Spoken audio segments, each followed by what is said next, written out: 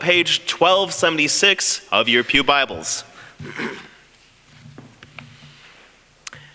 Therefore, we must pay much closer attention to what we have heard, lest we drift away from it.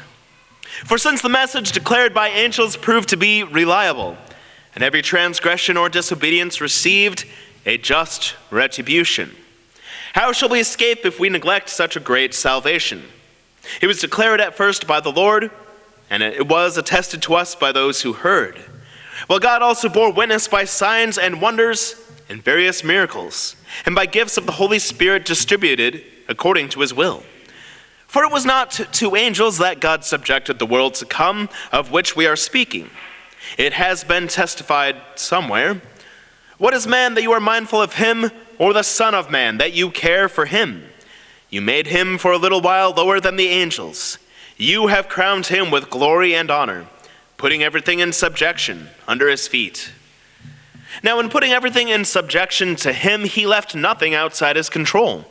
At present, we do not yet see everything in subjection to him, but we see him who for a little while was made lower than the angels, namely Jesus, crowned with glory and honor because of the suffering of death, so that by the grace of God he might taste death for everyone.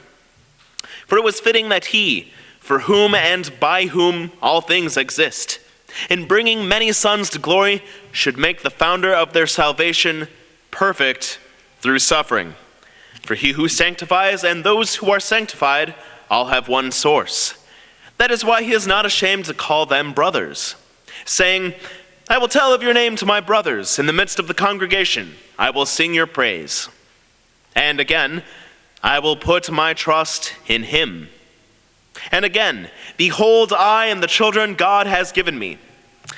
Since therefore the children share in flesh and blood, he himself likewise partook of the same things, that through death he might destroy the one who has the power of death, that is, the devil, and deliver all those who through fear of death were subject to lifelong slavery.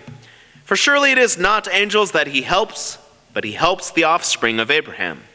Therefore he had to be made like his brothers in every respect, so that he might become a merciful and faithful high priest in the service of God, to make propitiation for the sins of the people.